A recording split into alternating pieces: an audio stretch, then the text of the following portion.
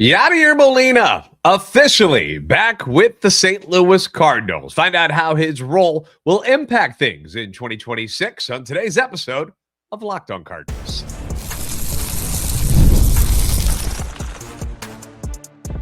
You are Locked On Cardinals, your daily St. Louis Cardinals podcast, part of the Locked On Podcast Network, your team every day. Hey there, Cardinals fans. I'm JD Hafron, a former national radio sports anchor, born and raised in St. Louis and a lifetime Cardinals fan, and welcome into another episode of Locked On Cardinals, part of the Locked On Podcast Network, now the #1 sports podcast network. Thank you to the everydayers who continue to be here with us, and if you are new, welcome aboard. I hope you enjoy the content that we have for you here today. This is a show that serves Cardinal Nation and gives you all the info about the birds on the bat. Today's show, we've got a former Cardinal who has been elected to the Baseball Hall of Fame, so we'll get into that. For the first time, we've got some prospect talk with Tyler from Redbird Farmhands. He's going to be joining us here in a little bit, but we start today with the news that one of Cardinal Nation's favorite sons is back with the team in 2026. The Cardinals made it official on Wednesday that Yadier Molina will be returning to the team as special assistant to President of Baseball Operations. You know him better as Chaim Bloom. And this is awesome. The team and Chaim released a statement saying that we are happy to welcome Yadi back to the Cardinals organization. He is an elite competitor, a consistent winner, and one of the greatest ever at his position. And we look forward to many contributions during his visits with us in this new role, both in and out of uniform. Yadi will provide input on our catching program, will advise our staff on catching and game planning strategy, and will give me, that's Chaim Bloom talking, and our front office valuable perspective from his unique vantage point.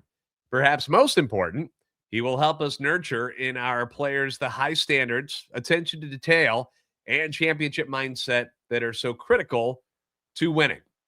Now, for those of you who have not been following what Yadier Molina has been up to since wearing a Cardinals uniform, he is set to manage Team Puerto Rico again in the World Baseball Classic this year, which I cannot wait to watch. Very excited about it. So cool when they did it last time, and can't wait for the WBC again. He also managed a team both in 2023 and 2024 to the Roberto Clemente League titles in Puerto Rico. Also guided the team to a 2024 Caribbean Series. He also managed a team in the Venezuelan Professional Baseball League to the playoffs in 2022, returned to the team in 2025, and was recently awarded the VPBL, Venezuelan Professional Baseball League, Manager of the Year honors. So it's safe to say that he's, done some serious resume building. And now it appears that he's going to take on an even bigger role, make an even bigger step into Major League Baseball as a coach by accepting this role with the Cardinals. Now, my initial thought when I saw this was, hell yeah, right? I mean, what Cardinal fan wouldn't be excited to have Yadier Molina back in the fold? We love this dude. So to have him back in with the team in any capacity, bravo. That we love that. We love our former players, our former heroes coming back and participating with the team in any way we can get them. Fans adore him, clearly. For years, Mo loved him and continued to try to find ways to have him around and involved with the organization.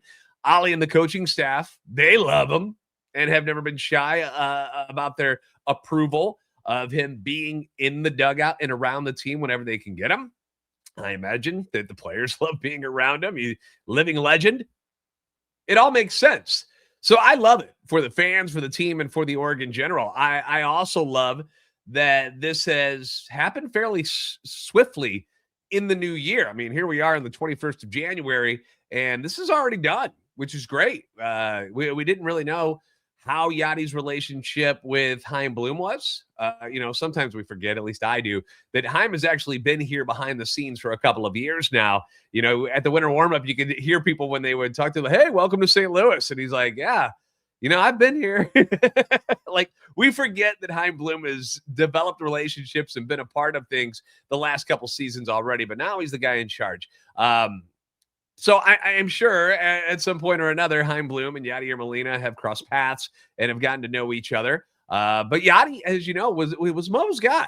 So you could see how maybe moving on from John Mozeliak could also have the Cardinals kind of move on from Yadi. Maybe he didn't feel the relationship was as good. There could have been something. There could have. But it doesn't appear that that's going to be a problem whatsoever. So for Chaim Bloom to, not only want Yadi back, but to give him even more to do, kind of a promotion in many ways with all of the things that he listed there that he'll be a part of. And for Yadi to be willing to accept that role and commit to it, it's fantastic to hear. It's awesome. And again, can we give a little bit of credit to manager Oli Marmol in this one? If there is one guy on the planet that is a threat to take over Oli's job when his contract is up at the end of the season, don't you think it would be Yadier Molina? Like, he's got to be one of the top guys. And for consecutive seasons now, Oli has been there with open arms. Like, come on in, man. He's going to have that guy in the dugout with him at times and having a bigger impact on the team and the organization this season.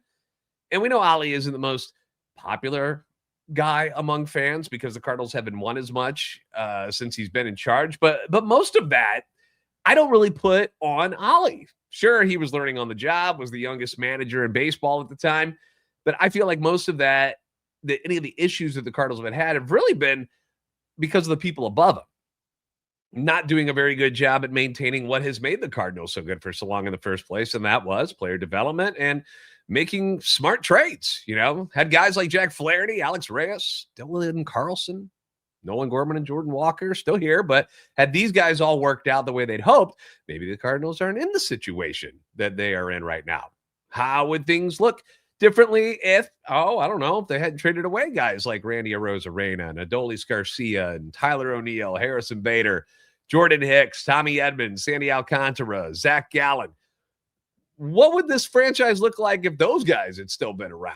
We know that the catching core is wildly talented right now within the Cardinals organization. 19-year-old right now, Rodriguez, top 5 catching prospect according to MLB Pipeline.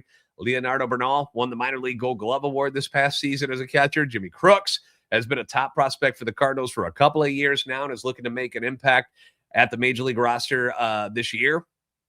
Ivan Herrera needs a ton, and I mean a ton of work behind the dish if he wants to remain as a catcher in the big leagues moving forward.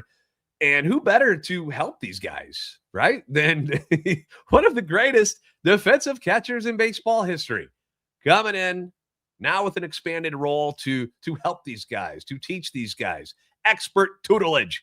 It's a huge win for the team. It's a huge win for the fans. I'm excited about it. I'm really glad that Yadi is at a place in his life where he feels like he can handle a little bit more as far as like being in the States and being around the Cardinals even more. I think it's great. I think it's fantastic, and I'm looking forward to it to see what he can add and how he can help these catchers and, anybody on the team, honestly, pitchers too, moving forward here in 2026. So good stuff there. Speaking of prospects, up next, we're going to have Tyler from Redbird Farmhands. Has not been on the show before. We're going to have him join us to go through some of the international signings, get his thoughts on some of these young kids who are kids.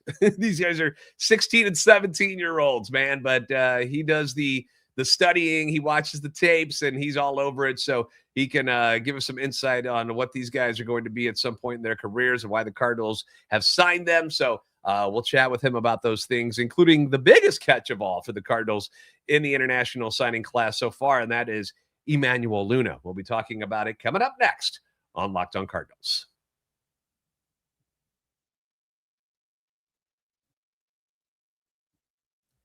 Tax season doesn't have to take over your life. This year, TurboTax is making it easier than ever to just kind of hand things off and move on with your day, which is the way I like to do taxes because I hate it because I owe money every year. So not a lot of fun, but with TurboTax Full Service, you can have your taxes done for you by a trusted local expert start to finish without the stress or the guesswork that can be involved. Instead of spending hours trying to figure out which form you're supposed to fill out, which boxes you're supposed to be checking, you can meet with a local TurboTax expert in person or connect online. They'll handle everything from W-2s, self-employed forms, which I'm very familiar with, and work to get you a deduction, which is what you need. You can upload your documents, go about your day, get updates right in the TurboTax app. Very, very simple. Huge time saver. Gives real peace of mind knowing an expert is going to be handling what you need to get done. So for a limited time, you can have your taxes done by a local TurboTax expert for just $150 all in. All in. If a TurboTax expert didn't file for you last year, just file by February 28th. TurboTax will help you. They take taxes off your plate and get back to your real life. Visit TurboTax.com/local to book your appointment today.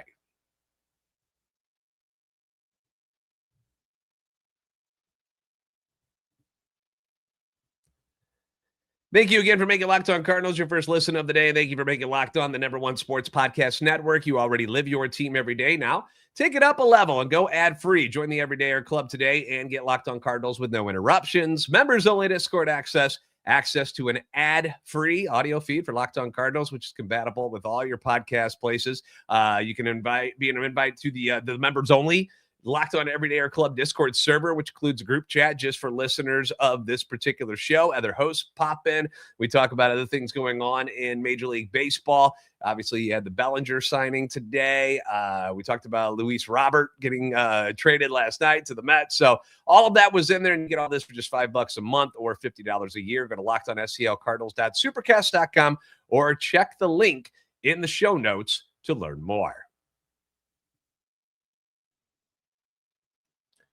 Now joining us for the first time on the show, I want to welcome in Tyler Gettinger from Redbird Farmhands, who does a lot of work, right? He writes for Card Prospects. He hosts the Redbirds on Arch podcast. Tyler, it is great to finally be able to speak with you, since you've got a lot of knowledge on these guys that, some of us just, we just don't. We don't have it. And so you're the man with the information. For those of you who are listening, if any of you have ever have prospect questions or want to learn more about Cardinals prospects, you'd be doing yourself a disservice by not reading Tyler's work and following him on X. So head on over there to cardinalsprospects.com. Check it out.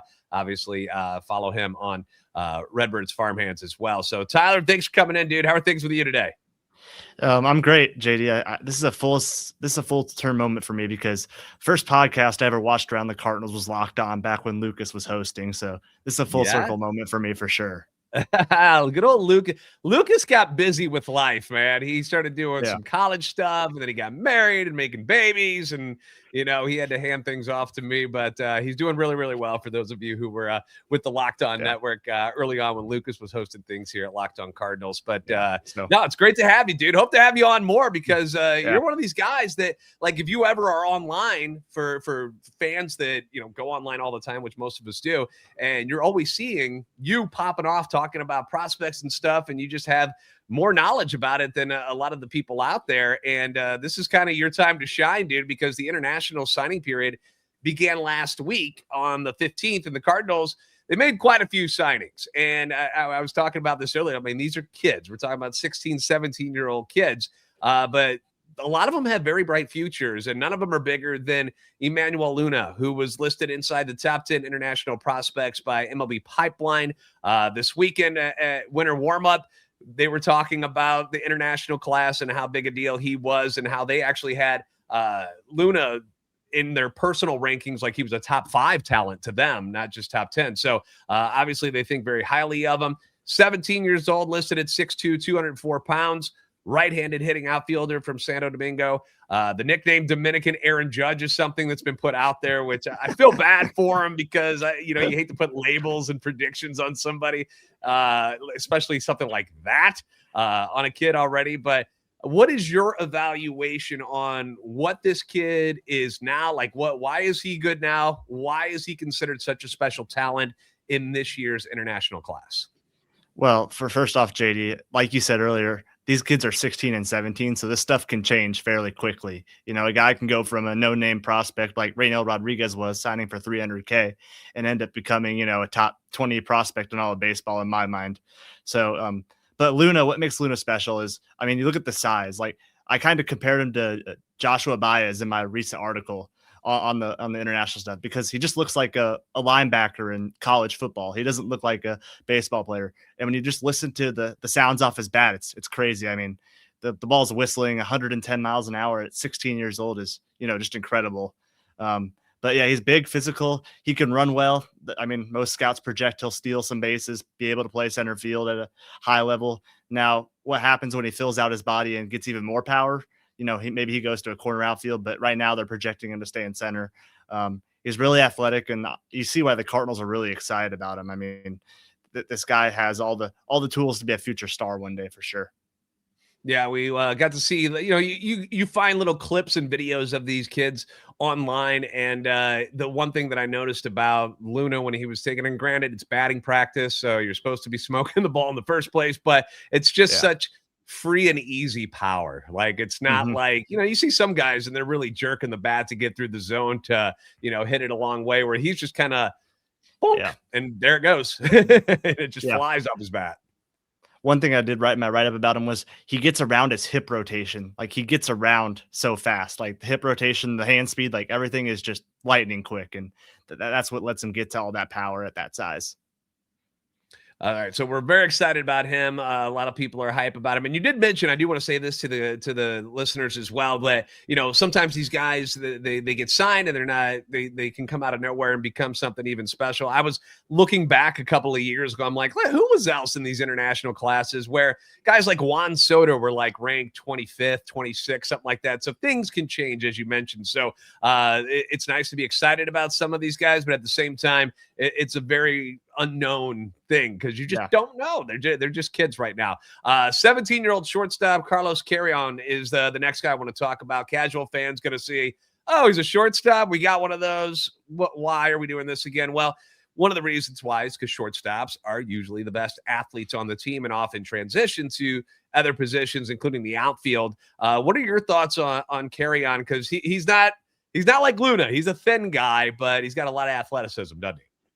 Yeah, this is an ultra athletic guy. The Cardinals actually stole him late away from the Padres. I want to say the first time I saw him linked to the Cardinals was maybe August. So this is a later guy in the class. He's ultra athletic. He's going to stick at shortstop if they decide to keep him there. Maybe some center field. This guy's going to be able to play around the diamond. He was a switch hitting shortstop. Now, he originally was just a right-handed batter. And this is interesting. He actually went over to the left side, and the swing looks better, and the scouts say the swing's better from the left side than the actual natural right side. So that's kind of a little quirk in his game that wasn't really expected.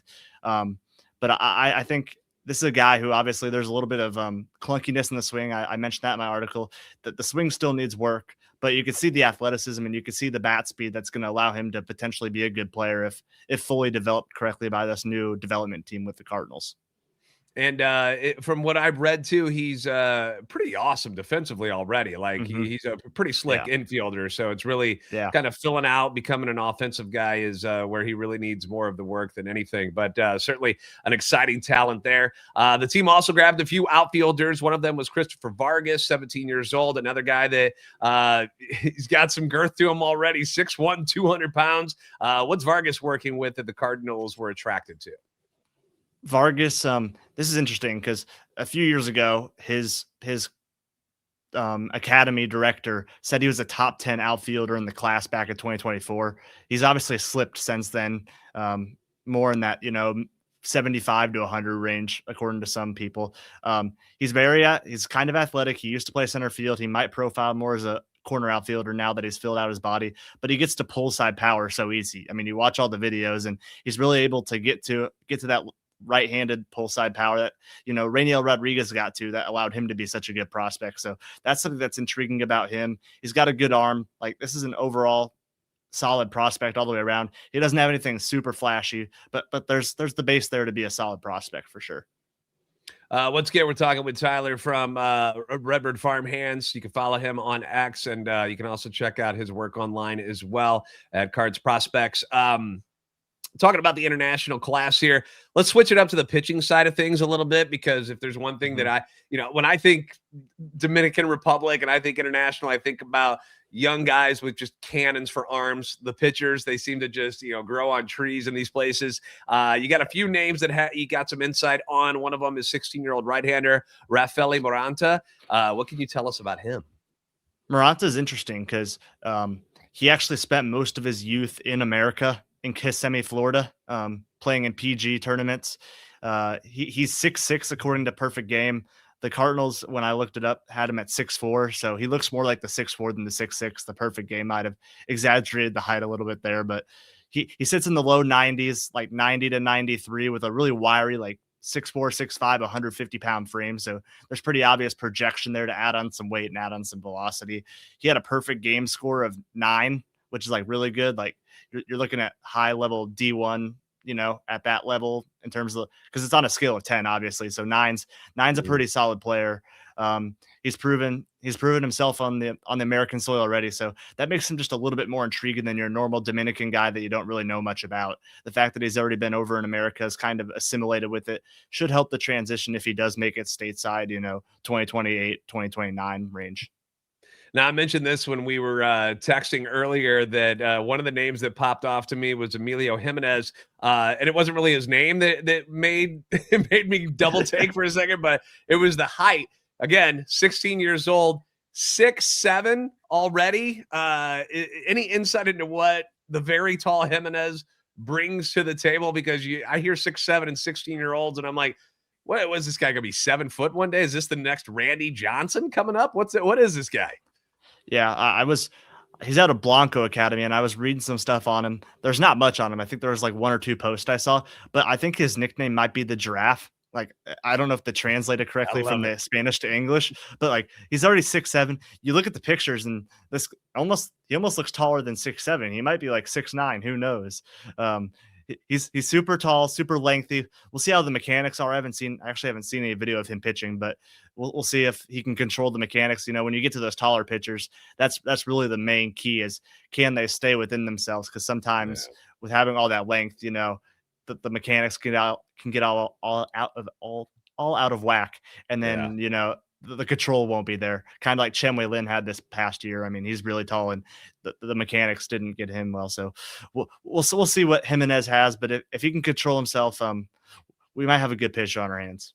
Yeah, it's just at least somebody to just keep an eye on, just for the sheer fact. The Giraffe, I mean, come on, that's awesome. We got an amazing zoo in St. Louis too. It fits perfectly. One more guy I want to talk about as far as this class goes. We know the Cardinals have that really solid stable of catchers right now in the system, but they signed another one out of Venezuela, 17-year-old Sebastian Rojas. What kind of catching prospect are we looking at there? Is he a defensive guy? Is he an offensive guy? What kind of dude is this?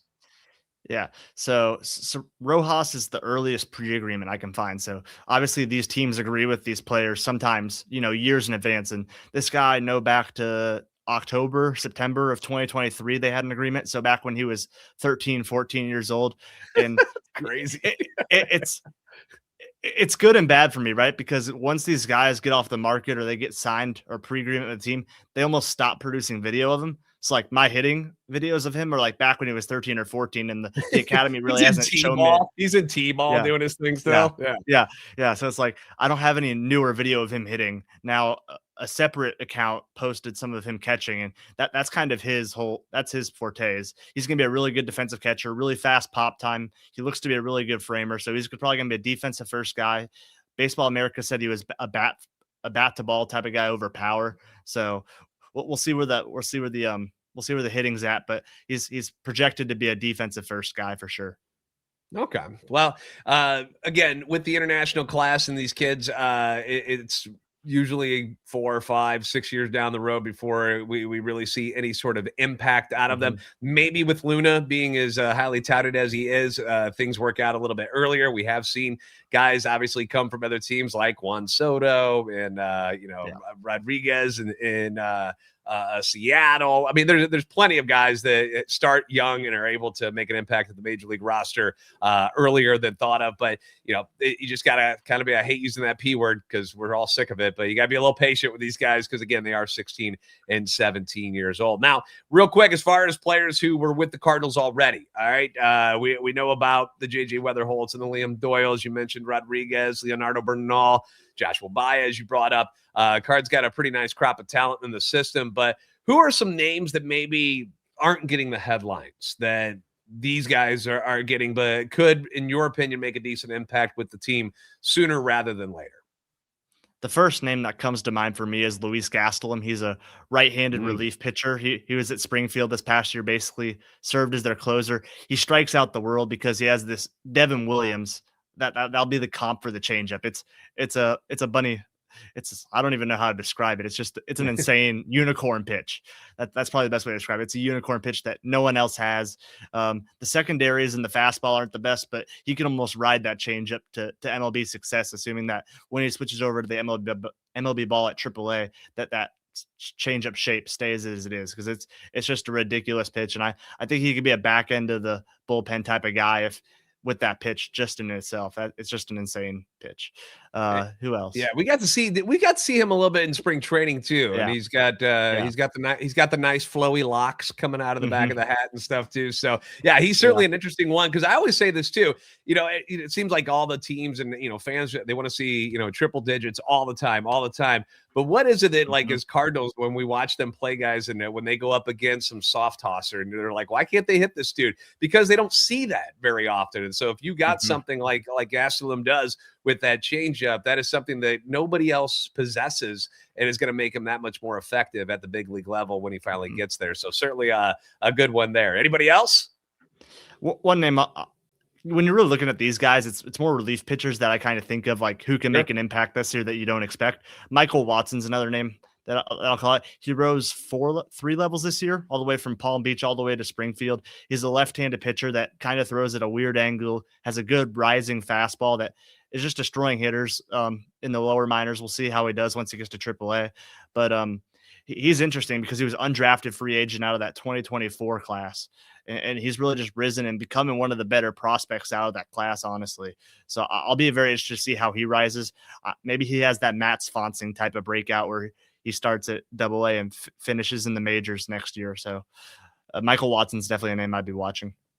Okay, there you have it. So write these names down and be ready. And then as far as the international guys go, write them down, but put them somewhere safe, because it's going to be a few years before we hear about them, more than likely. Put them in the 2030s. Put them in the 2030s. There you go. Tyler, thank you for stopping in and helping us out here. Hope to have you back again real soon. Make sure you guys are following him at Redbird Farmhands on X. Also writes for Card Prospects and the Redbirds on Arch podcast. Anywhere else that we can find you, Tyler? Nope, you nailed it right there. All those 3. All right, brother. Well, thank you as always. Thank you as always for coming on, dude. We'll talk to you soon. All right. Thank you. We'll discuss Carlos Beltran getting in the Hall of Fame next. Plus, Cody Bellinger finally signs, headed back to the Bronx. This is Locked on Cardinals.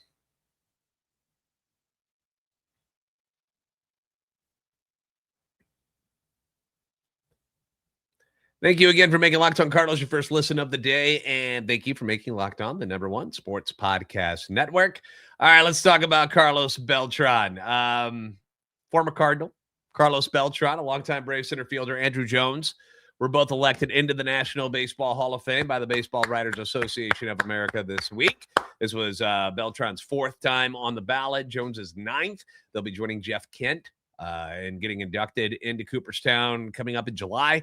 Beltran spent time as both. He was a Cardinal and a Cardinal killer in his career, which spanned 20 years, starting with the Royals. Then he was with the Astros, Mets, Giants, Cardinals, Yankees, Rangers, then back to Houston. He was a force in the playoffs against the Cardinals that year in Houston, 2004, when he just went bonkers. Remember that year? 435 batting average in the playoffs, 8 home runs, 14 RBIs, 6 stolen bases. Did that in 12 games. Just nuts. NLCS against the Cardinals that year, he hit .417 with 4 home runs and 5 RBIs with 4 stolen bases, along with 8 walks. They couldn't get the guy out. Cardinals ultimately won that series 4-3, only to get swept by Boston in the World Series. He took on the Cardinals again in the NLCS as a member of the New York Mets in 2006. And once again, that one went to 7 games. He had a pretty good series in that one, too, when he hit .296 with 3 home runs and 4 RBIs. But he's best remembered in that series, as far as Cardinal fans go, as the guy who went down looking on that Adam Wainwright curveball to end the series With the Cardinals winning it 4-3, they would go on to defeat the Detroit Tigers in 5 games to win their 10th World Series championship. He would not make the playoffs again until he joined the Cardinals for the 2012 season at age 35, brought on to kind of ease the burden of Albert Pujols jetting in free agency after the Cardinals won the series in 2011. Pujols goes to the Angels. They bring in Beltran, and he had 2 excellent seasons in St. Louis. 2012, he hit .269 with 32 bombs and 97 ribbies. Then in 2013, he hits .296 with 24 home runs and 84 RBIs. The Cardinals would go on to the postseason both years. He was in St. Louis, leading them to the playoffs in 2012, where they fell to the Giants in 7 games in the NLCS, but then went to his first World Series when he was with the team in 2013, where they ultimately fell to the Red Sox again in 6 games. 2 years in St. Louis, he hit a combined .282 with 56 home runs and 181 RBIs, was an all-star both seasons. Postseason, he was good too, hit a combined .306 with 5 home runs and 21 RBIs in 29 games. His time in St. Louis was a massive success. He wasn't there long, just 2 years, but man, he was just what the doctor ordered when they got him on a 2-year, $26 million deal. Now, you can be mad about his involvement in the Astros scandal in 2017, his final year in as a player in Major League Baseball, but you cannot deny the fact that this dude was one of the best all-around players of his time. Switch hitting Beltran, one of only 5 players in AL/NL history with at least 500 doubles, 400 home runs, and 300 steals, joining Willie Mays, Andre Dawson, Barry Bonds, and Alex Rodriguez. So pretty good company there. Very good list. And my memories of him in St. Louis are always good ones, man. He was fantastic. I only wish they'd had him on the roster even longer during his career, because he was definitely a special player. Last order of business after the Mets traded for Luis Robert late on Tuesday night, the Yankees have countered by re-signing Cody Bellinger on Wednesday to a 5-year, $162.5 million deal that includes a full no-trade clause, $20 million signing bonus, opt-outs after the 27 and 28 seasons, but no deferrals are included in this. According to reports, with Bellinger back in the fold, the Yankees may explore trade options involving former top prospect Jason Dominguez or Spencer Jones, who's currently the number 4 prospect for the Yankees, according to MLB Pipeline. A lot of pop in his bat. Dominguez has struggled as far as, because he was like this huge prospect, and then he got up to the majors, and it just hasn't quite panned out the way they thought it was going to. Switch hitter, change of scenery type of guy. He's not going to cost as much at the moment. Is this somebody that perhaps Chaim Bloom will check in on to see if New York has any interest in, Brendan Donovan, a JoJo Romero? I don't know. He would be silly not to look into it to see if he can grab some young talent. But another side of this, too, is that with the Mets and the Yankees both getting outfielders, that probably limits the field of teams that are looking at Harrison Bader as an option. So maybe the Cardinals have a better chance at getting Darth Bader after all. I'm having fun with it. I still don't expect Harrison Bader to become a member of the Cardinals again this year, but I don't know. Maybe something gets worked out. We shall see.